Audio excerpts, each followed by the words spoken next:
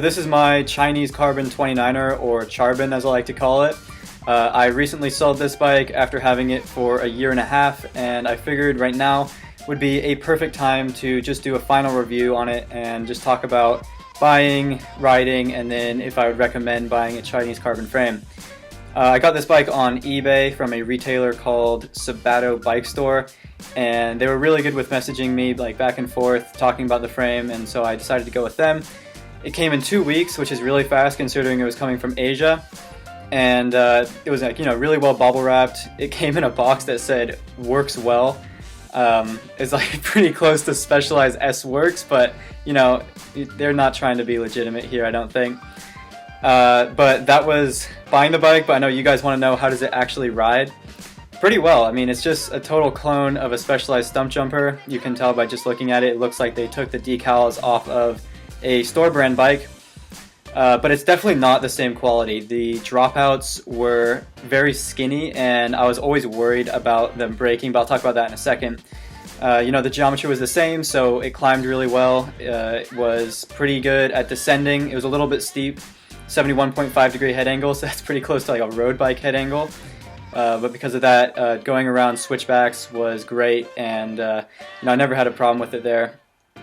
I had it built up just like any Specialized, or pretty close to the actual Specialized bike. So I had the aluminum wheels, Specialized Phenom saddle, XX1, that was the favorite part of the bike, honestly, and a very slammed FSA stem. That's their non-series. It's like the lowest stem you can get. Certified slammed. I run all my shit slammed, so if you're young, dude, just slam your bike. Just kidding. I mean, if you can't do it, then don't, but I definitely prefer the aesthetic of a slammed bike. So yeah, riding up hills with it was really easy. It was like 21.5 pounds, super lightweight.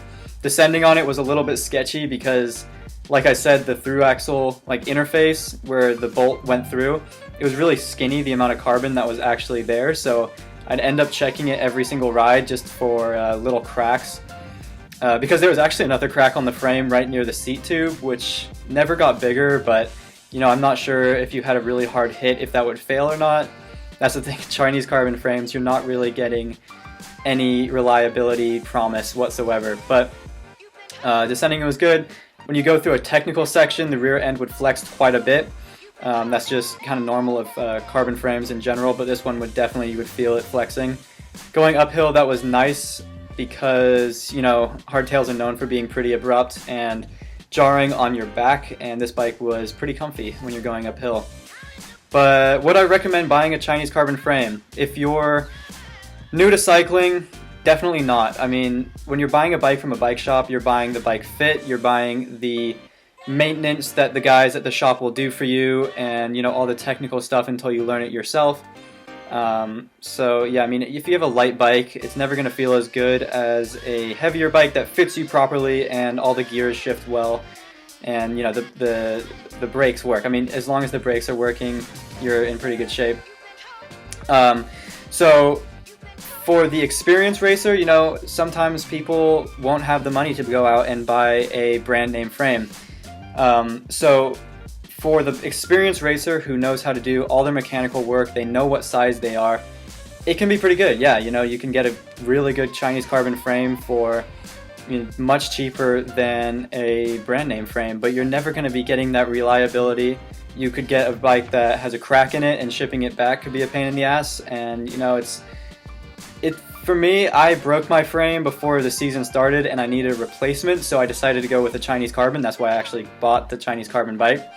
And it worked well as a replacement. I won my division for NorCal, the NICA High School Race Series, on this bike, and I had kind of an emotional connection with it. When I sold it, I was like, oh, you might buy my baby. No, but it's just a tool for the job. I do love the looks of bikes, but you shouldn't get attached to material things. But yeah, that's probably about it, guys. The bike was pretty rad, pretty dialed. Pretty stiff bottom bracket. When you're really cranking, like I said, the rear end would flex a tiny bit, but that's pretty normal. But yeah, I think that's about it, covering all the bases. So if you want to know more about cycling, fitness, and nutrition, remember to subscribe to my channel and leave a thumb up on this video if it helped you out. If you have any questions about Chinese carbon bikes or cycling in general, I'm pretty knowledgeable, so leave a comment down below. And as always guys, see you in the next one.